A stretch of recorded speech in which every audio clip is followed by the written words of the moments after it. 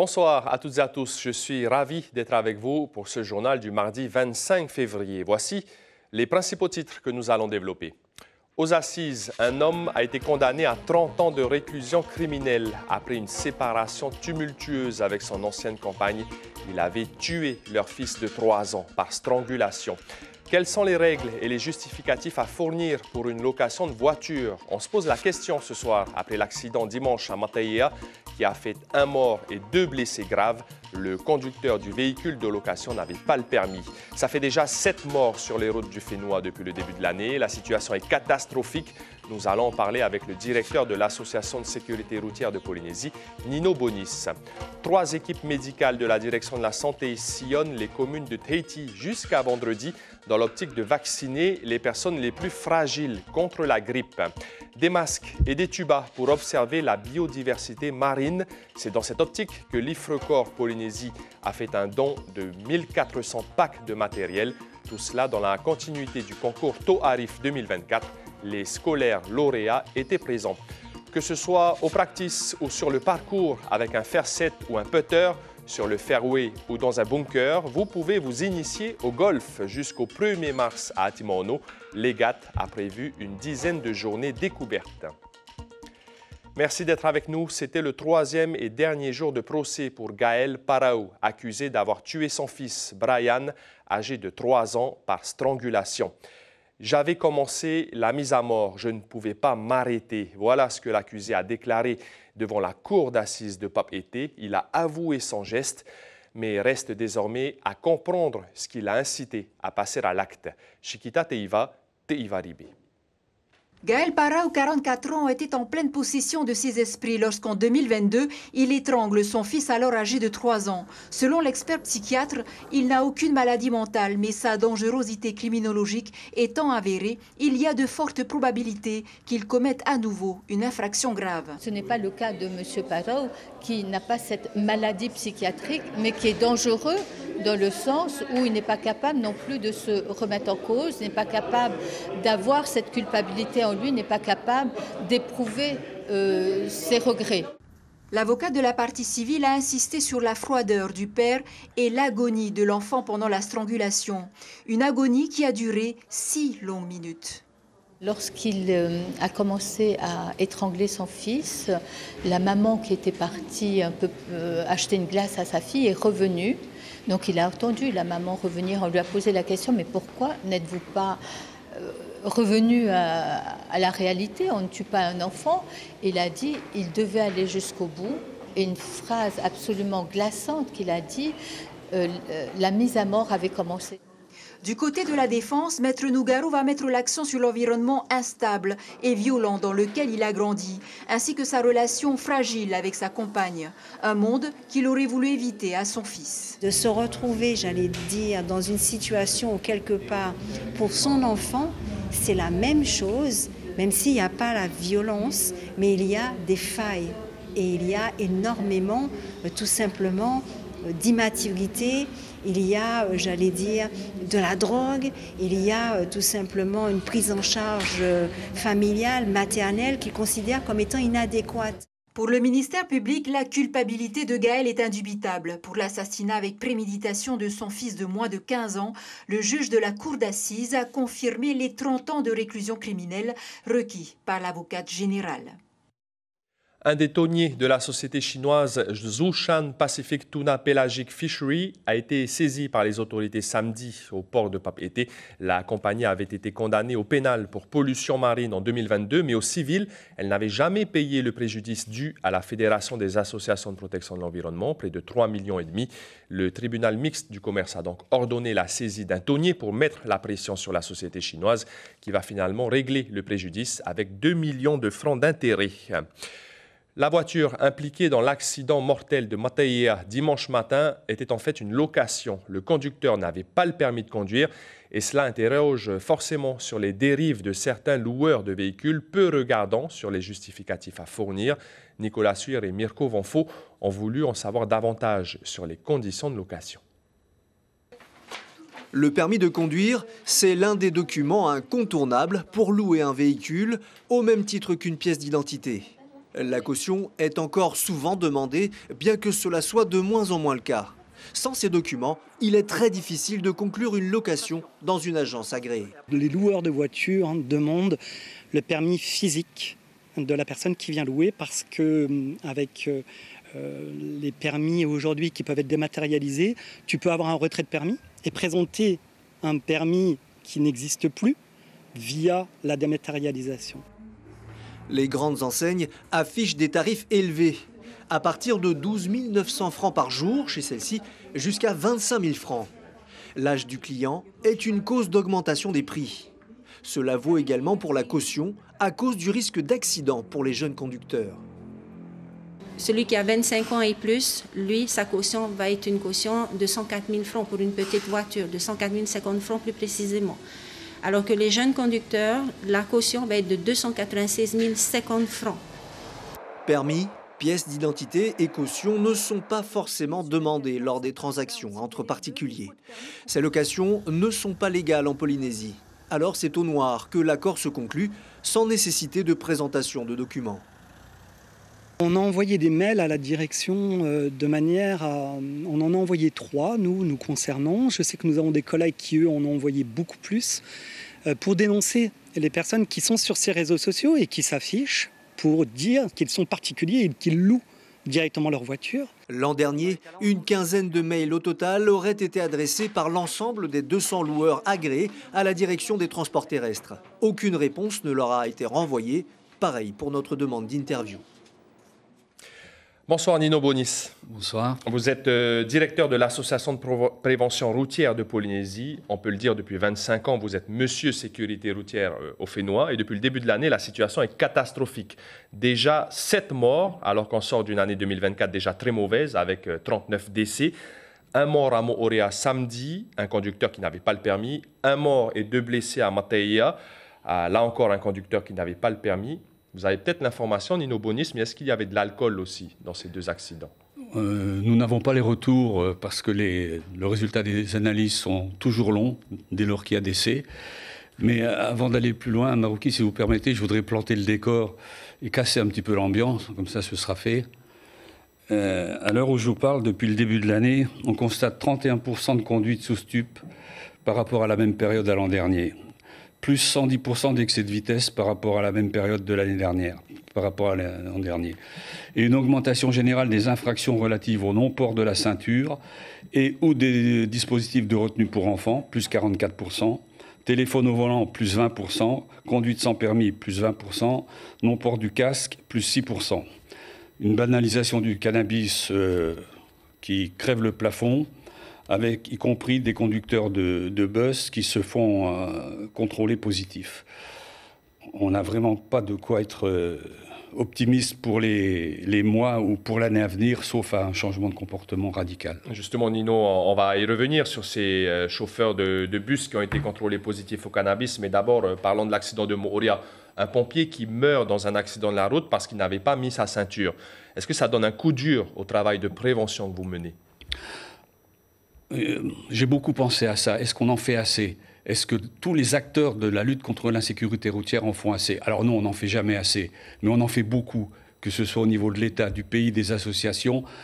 J'ai envie de dire que maintenant, quand on arrive au moment du permis, tout le monde sait tout, même quand on n'a pas le permis d'ailleurs, parce qu'on sait au niveau scolaire ce qu'on doit faire, ce qu'on ne doit pas faire. L'information, elle est diffusée. Donc, il y a quelque chose qu'on ne voit plus, c'est le genre de campagne de communication choc, quelque chose qui marque les esprits, des images choc. Est-ce qu'il faudrait reprendre ça? J'ai jamais été pour, parce que l'impact est violent, mais très momentané. C'est-à-dire que nous, les humains, on est fabriqués pour évacuer ce qui nous fait du mal. Sinon, on ne survivrait pas à des événements hyper douloureux.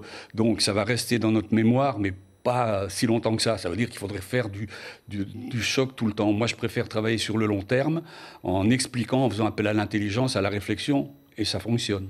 L'employeur qui contrôle donc ces chauffeurs, on parle de transport en commun désormais, il y a eu un accident il y a 2 semaines en métropole, une adolescente de 15 ans est morte, le chauffeur était sous cannabis, et là, il y a des contrôles positifs aussi au Fénois. Oui. Quelles sont les informations que vous avez à ce sujet?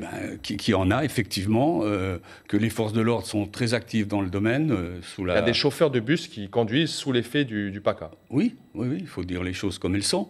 Donc, c'est catastrophique. Alors, l'État a pris l'affaire en main, ça je le sais, mais il va falloir aller vite parce que, en fait, on est à l'abri de rien, quoi. Et puis, c'est inacceptable. C'est inacceptable. Un tout dernier message, Nino Bonis, à destination des conducteurs, des pilotes de 2 roues, peut-être pour finir. Mon message il va être adressé à tous les conducteurs. Entre les pneus d'une voiture et la route, c'est pas de l'air qu'il y a, c'est un cerveau humain. Normalement, on nous a appris à nous en servir. Il ne faut pas hésiter à se servir de son cerveau, surtout qu'on est en général tous intelligents, quoi qu'on dise. Merci beaucoup, Nino Bonis, d'avoir répondu à nos questions. On rappelle donc notamment ce chiffre, plus 31% d'augmentation au niveau des conduites sous l'emprise de stupéfiants depuis le début de l'année, en comparant donc par rapport à la même période l'année dernière. Merci beaucoup. Et puis demain matin, dans la matinale radio, il sera question de la distribution d'électricité à Moorea et de la grève actuellement menée au sein du fournisseur Teitoro Moorea. Son directeur général François Pearson sera l'invité café de Corinne Tehitia peu après 7 heures. Si vous n'allez pas vers le vaccin, c'est le vaccin qui vient à vous. La direction de la santé a lancé sa campagne de vaccination de proximité contre la grippe il y a moins d'une semaine. Elle s'achève ce vendredi.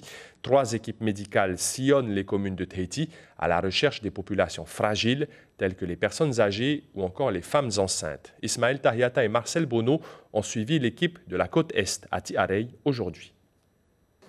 Avec ce vaccin, le combat contre la grippe est plus facile. Cette piqûre ne paie pas de mine, mais elle est ô combien indispensable. Il se dit là en ce moment par rapport à la grippe qui court, qui est dangereuse aussi. Et puis bon, profiter du fait que j'ai 60 ans aussi, bon, il va falloir commencer à se protéger, quoi. Il y a d'autres, il y a ceux des employés par ici qui ont eu la grippe. Bon, c'est pas évident. C'est-à-dire ça change de comportement, quoi. C'est quoi les symptômes? Fatigué, vomissement. Hier, 60 vaccinations à Aroué pour Charline et Eva. Ce ne sera pas le cas ici à Tiaray, juste une petite dizaine. On est 3 équipes à être sur cette campagne de vaccination contre la grippe et nous, avec Eva, on est principalement sur la côte Est. Donc on a fait Maïna, Papeno, aujourd'hui Tiaray et demain Itia. 8 jours de vaccination au total destinés aux personnes les plus fragiles, celles surtout qui sont susceptibles de développer une grippe avec complications. Et c'est justement ce qu'on veut éviter, c'est d'engorger et de saturer les hôpitaux ici à Tahiti, comme ça a pu être le cas du coup en métropole. Les personnes éligibles pour la campagne aujourd'hui, ce sont les personnes qui ont plus de 60 ans, qui ont des longues maladies, les personnes en obésité sévère, les femmes enceintes et les professionnels de santé, tourisme et personnel navigant. À Tiaray, la population est de plus de 3000 habitants. Près de 10% sont concernés par le vaccin de la grippe. Surtout les personnes âgées n'ont pas de moyens de se déplacer, des fois au dispensaire ou vers la ville si il y a des endroits pour faire ça. On a marqué ici à la mairie de Tiaray, on était contents, mais les informations sont arrivées un peu tard. Vendredi dernier, on n'a pas pu vraiment publier ou avertir nos personnes âgées ou la population de Tiaray de venir se vacciner. Aujourd'hui, 286 personnes ont la grippe, 73 d'entre elles sont hospitalisées, des adultes principalement. Et depuis le début de l'épidémie de grippe en novembre 2024, il y a eu 2 morts. Dans la continuité du concours Toarif 2024, la DG2E a reçu ce matin 1400 masques et tubas pour les répartir aux écoles. Ce don de l'IFRECOR Polynésie vise à impulser une dynamique pour agir en faveur de la protection, la restauration et la gestion durable des récifs. L'implication des scolaires est un des piliers du projet. Les précisions avec Sandro Ly et Jérôme Ly.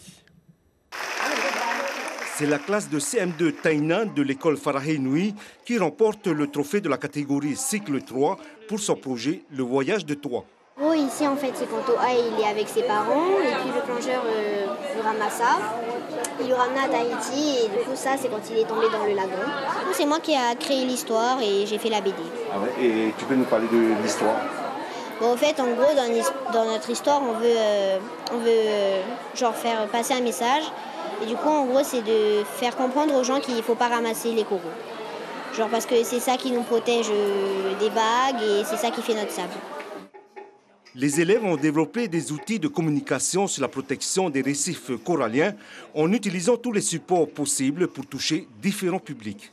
J'ai réalisé plusieurs personnages, après on va les placer et on va les prendre en photo pour, à la fin on va mélanger le tout pour que ça rende un stop motion. L'objectif de ce concours est de sensibiliser les générations futures à la préservation des récifs coralliens. C'est pour ça que c'est important de donner du sens aux apprentissages, parce que dès qu'ils comprennent qu'ils sont acteurs des projets, ils s'impliquent beaucoup mieux, ils s'imprègnent beaucoup mieux facilement les connaissances qu'ils acquièrent. Et grâce à ce projet, je pense que ce projet les a bien sensibilisés et ils feront bien transmettre les messages autour de leur famille.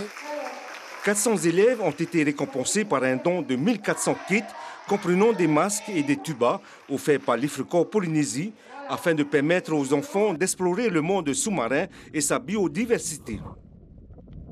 Prendre des cours de surf et louer du matériel, c'est possible à Hivaoa. Pour faire la promotion de cette discipline, samedi dernier, une journée d'initiation a été organisée sur la plage de Atuona dans l'optique de redynamiser la pratique du surf, car on sait tous qu'aux Marquises, il y a de très belles vagues. Le Ka'ohanui Surf Club et Kuhane Surf Rent ont conjointement mené les initiations. Reste désormais à dénicher les pépites qui voudront percer dans le surf professionnel dans les années à venir. Écoutez Malo Jézékel, un moniteur au micro de Théa Makamia. Le but aujourd'hui, c'est de présenter l'activité un peu aux gens de Hivaoa sur notre beau spot de Atuona qui est juste là, qui est parfait pour apprendre. Et du coup, le but de l'école, c'est vraiment de développer le surf sur Hivaoa, pour permettre aux jeunes qui n'ont pas forcément énormément d'activités, d'avoir des activités à faire le mercredi, le samedi avec la Formule Club. Et pour tout le reste des gens qui n'ont pas forcément envie d'adhérer au club, d'avoir une activité en plus le reste de la semaine, de redynamiser un peu le surf aux Marquises qui a eu un bel élan grâce au Ka'ohanui Surf Club avec lequel on s'est affilié, qui maintenant demande encore un peu plus d'investissement et c'est ce qu'on essaie de faire nous de notre côté. Si vous le voulez, vous pouvez vous initier au golf. Ce sera à Atimono, à Papara, car l'EGAT, l'établissement qui gère le golf, propose jusqu'au 1er mars 10 journées de découverte et d'initiation destinées aussi bien aux adultes qu'aux enfants. Du driver au départ d'un trou, au putt sur un green, vous apprendrez les différents coups sur un parcours avec les différents clubs sous la houlette d'un professionnel. Ismaël Tahiata, Dylan Fels. Il y a des sports où la force est plus un inconvénient qu'un atout. Au putt, c'est le cas. Aligner le putter avec la ligne de la balle, puis pousser avec douceur. Je reste concentré, après j'essaye. Ouais. Après c'est la première fois. Ouais. C'est dur quand même? Non, ça va, ça va. De la balle au trou, les trajectoires sont nombreuses. Tout est dans le dosage de la poussée. La prise en compte des aspérités du green a aussi son importance. Ça demande de la concentration, de la patience. Et puis la chaleur rend aussi la chose difficile, je pense. Direction maintenant le practice. Là, ce ne sont plus des coups de distance courte. Au swing, plus c'est loin, mieux c'est. Mais c'est plus difficile. Il ne faut pas que le bon joueur soit juste limité à avoir des grands coups et ne pas savoir faire des petits coups, par exemple. Et à l'inverse également. Donc il faut que ce soit complémentaire. Donc il faut que le joueur connaisse un petit peu la base de ces deux choses-là. Au swing, plus le club est éloigné de la balle et plus il risque de la rater. La posture va donner la bonne trajectoire au fer. Avec de la pratique, le mouvement s'améliore. C'est pas évident, le geste, il faut être assez centré sur soi. Voilà. Donc j'ai réussi à taper la balle, mais elle n'est pas encore partie assez loin. C'est trop génial. C'est fun, hein. C'est à faire au moins une fois dans sa vie. Hein, et franchement, c'est bien. S'il faut le faire, on le fera. Voilà. Plus de 600 licenciés à Tahiti et un nombre grandissant de débutants et de joueurs non classés. Une compétition pour eux verra bientôt le jour. En général, pour ces compétitions-là, entre débutants, on leur fait sur la moitié du parcours, soit 9 trous. En général, ils ne peuvent peut-être pas tout faire, parce que c'est vraiment assez long comme journée. Et ensuite, derrière, les emmener juste au moins sur les petits parcours, leur donner envie de goûter à la compétition. La demi-série est le kit du parfait golfeur. À l'intérieur, la moitié seulement du matériel. C'est largement suffisant pour se lancer en golf. Il faut compter 25 000 francs le kit. Et puis avant de se quitter, le rendez-vous est pris demain à 18 h avec la nouvelle émission Web Connect Jeunes sur les réseaux sociaux de Polynésie la Première, TikTok et YouTube. Un programme interactif sous forme de débat, de questions-réponses destiné aux jeunes. Le premier thème abordé par Méréini Gomblin sera la consommation d'ice chez les jeunes. En invité, il y aura un ancien consommateur et dealer, une addictologue et un officier de police. Vous pourrez vous aussi poser vos questions. L'information principale de ce mardi 25 février, Gaël Paraou, accusé d'avoir tué son fils de 3 ans par strangulation en 2022, a été condamné aujourd'hui à 30 ans de réclusion criminelle par la cour d'assises de Papeete. À la une de Tahiti Info, demain mercredi, Anna, la facture du cyclone de 83, toujours pas réglée. Sur vos écrans ce mardi soir, 2 épisodes de la série SWAT, puis 2 épisodes de All Rise à partir de 20 h 50. Merci de votre fidélité. C'est la fin de cette édition. Passez une excellente soirée. À demain et prenez bien soin de vous.